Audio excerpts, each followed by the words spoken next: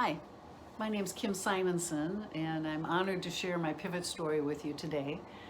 Before I do that, I'd like to give you a little bit of my background.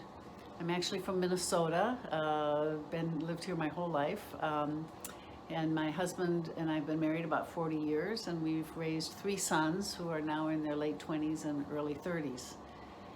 I've also recently acquired the title of grandmother with a granddaughter that was born during the pandemic.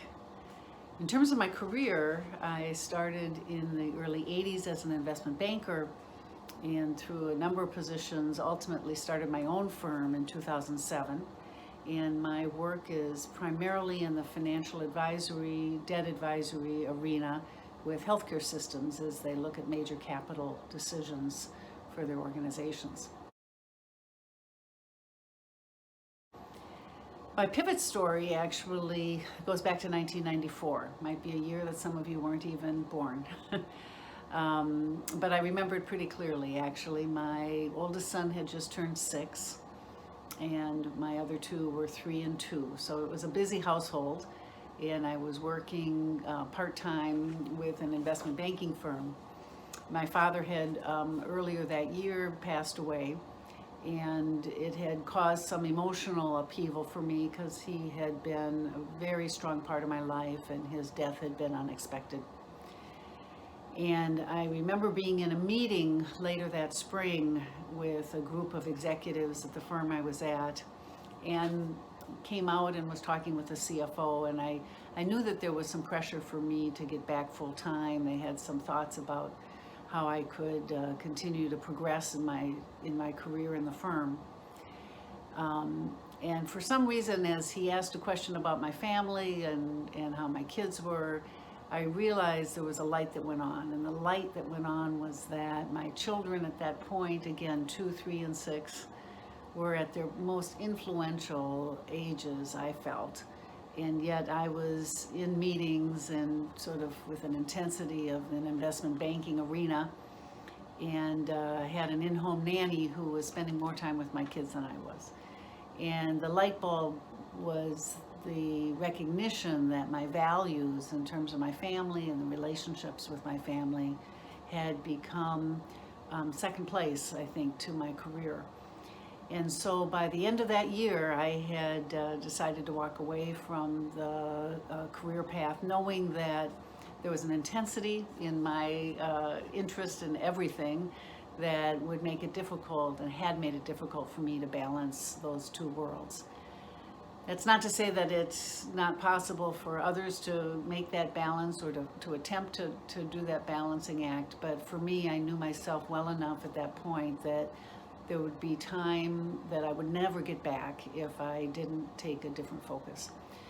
And so I stepped out of the workforce for 5 years, and during that time I was very involved in the kids' school and met neighbors I never knew, and I also continued some volunteer efforts. But it brought me some gifts that I had not expected, and I think the biggest gift that it brought me was that I met other women, particularly other families that had some of the same values that we had, and many of those have remained very close friends even to this day, many years later. So 5 years after that, 5 years after stepping out, my husband actually wanted to make a career change, and so he came home full-time for a period of time, and I went back into the workforce. But that's another pivot story, and if you ask me to come back, I'll share that one with you as well. We actually had a year together where we were home full-time with our kids, and I think that might be worthy of a book.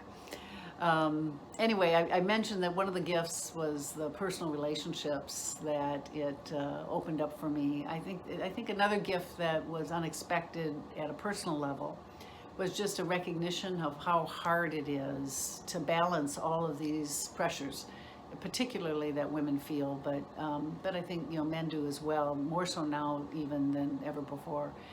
And I've used the word balance a couple times. I'm not sure that I really think balance is possible, but it is a shifting of priorities that happen based on what life is sending to you. So again, I think the gift for me was just a recognition that we're all working hard to figure out those shifting priorities and how to allocate our time and energy to them.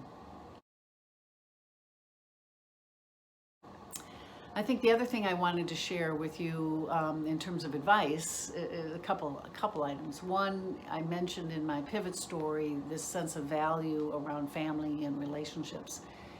And so I think anytime you're planning or designing a pivot, you need to anchor it in your values, because there will be forces around you that will push and pull and stretch you in ways you might not imagine. But if you're clear about your values, you can continue to move forward, sometimes with adaptation, but you know what it is you're working towards. And so to me, having a really clear sense of those values is important.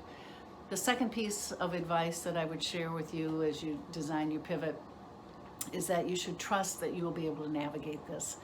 I was thinking about this earlier today, and a plan is not a recipe.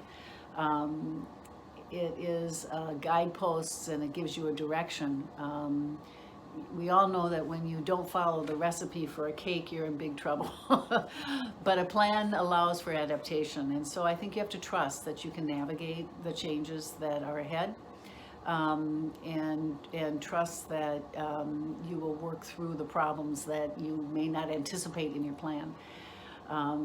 And this is a woman who does a lot of planning for large healthcare systems, and nobody planned for COVID. So that gives you a great illustration. The third piece of advice that I would share is please ask for help. Nobody can make these pivots on their own. None of us, quite honestly, has the resources or the skill set to easily do this. I was talking the other day about this concept of mastering the pivot. I'm not sure we ever master it. I prefer to say I embrace it. But the way I can navigate it is with resources and the support of others. And so I just want to encourage you, as you think about designing this next stage of decisions and the intentions that you're going after, that you reach out, ask for support, and ask for help. So thanks again. I hope this is helpful, and I'm happy to share more if it's helps you. Thank you.